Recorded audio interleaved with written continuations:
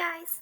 All right, so today we're going to be looking at some more division problems. Today we're going to be looking at division arrays, right? So yesterday we were looking at equal groups and making those equal shares. So today we're going to be able to do something very similar, but look at it in an array format.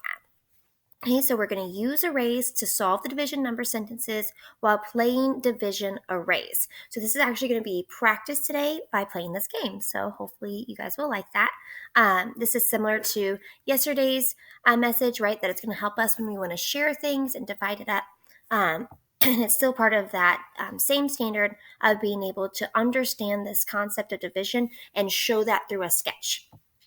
And so we have lots of things to do today. So I'm just going to show you the first part. So again, this is the strategy we're focusing on today is the arrays, these parts right here, right? Not making these groups, but making the groups in an array format. And we might end up having a remainder. We're going to talk about why would we have a remainder. That's what we're going to learn about today. So now let's go into our new learning, arrays with evens and odds. So what are even and odd numbers? Well, even numbers, right, end in 0, 6, 2, 4, or 8. So 0, 2, 4, 6, 8. Okay, 2, 4, 6, 8, 10, 12. All those are even numbers because 12 is because it ends in 2, right? 56 is because it ends in 6. Okay. Odd numbers end in 1, 3, 5, 7, or 9. So like 83, even though there's an 8 there, it ends in 3. So that makes it odd. It's easier to see this on a number line. You can see 1, 2, 3, 4, 5. You can see it's odd, even, odd, even, odd, even, right? And it continues that pattern forever. Now, what makes a number even and what makes a number odd?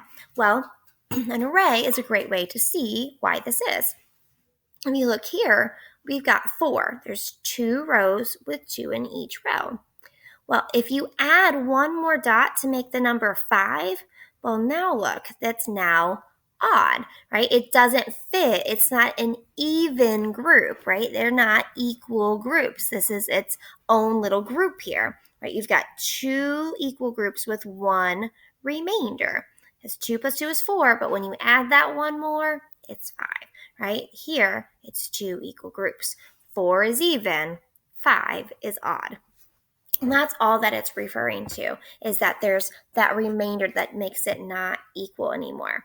Okay, this can be really helpful when we are solving division or multiplication number stories. Today we're focusing on the division part, but this is actually something I got from IXL. And so if you practice with even and odd, you might see this here. So it says 50 is even, 5 is odd. So if you're doing 50 divided by 5, right, your answer is going to be even because it says the rules up here, even divided by odd is always going to be even. So the even 50, because it ends in 0, divided by 5, which is odd, right, is going to be an even answer. Odd divided by odd, that's going to equal odd though. Okay, so if it's even in it, then it's going to be an even answer. But if it's odd and odd, right, it's going to be an odd answer. So that's what we're going to be kind of looking at today, seeing if we can find these patterns as we divide. I'm going to show you in a minute how we're going to play this game and how we're going to be able to use these strategies of even and odd to help us make our division arrays game.